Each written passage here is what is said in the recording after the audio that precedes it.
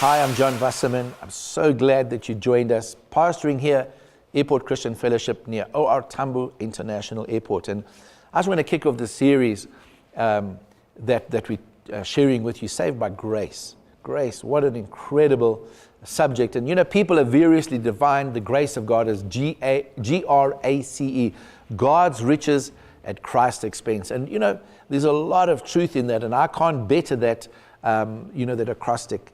At all. So let's stick with it. God's riches at Christ's expense. But, you know, many Christians are caught in this thing where they get saved and they accept what Jesus has done for them, and they're really, really excited. And after a few months in church, you would think that they were earning their salvation. And of course, that's where Catholicism got really, tied down and bogged down from the original doctrine, because it all became a thing of, are you going to attend Mass on Saturday?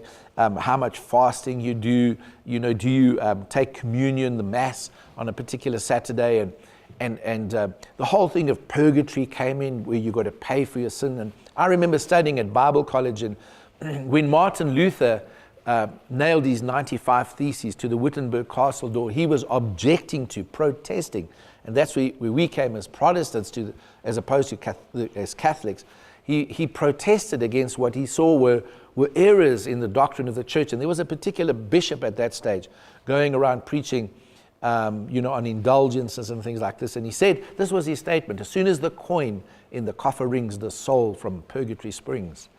And that's riddled the church even today, even Pentecostal, charismatic, spirit-filled churches. It's not works. Let me just quote you a verse, Ephesians 2:8 and 9, in fact, verse 10 as well, where Paul says, "For it is by grace that you've been saved, through faith, and this not of yourselves." It's nothing to do with you.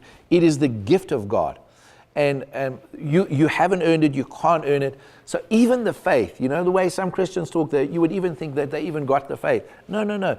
Even the faith was a gift. So you are saved by grace through faith. This is a gift of God. And it's not by any works that you did. It's simply by believing what Jesus did. I want to give you one other verse, Hebrews chapter 4 and verse 12 to 16. I think it's verse 16, where he says, "Let us then approach the throne of grace in the time of our need, to obtain mercy in order to find more grace."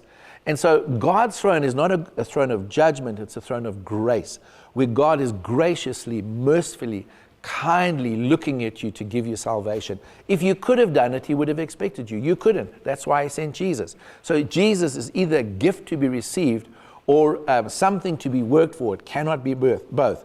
That's why Paul says in Romans chapter 11, verse 4, Christ is the end of the law, and that there might be righteousness to everyone who believes. And so that's the great thing. It's righteousness to everyone who believes. That's the incredible grace of God. Receive the gift of grace. I'm so grateful that you've been watching this particular series, and really would not like you to miss out on anything. So here it goes. Please like us on our Facebook page, and then follow us on Twitter and SoundCloud. Connect with us on LinkedIn and subscribe to our YouTube channel. Bless you. Thank you for watching.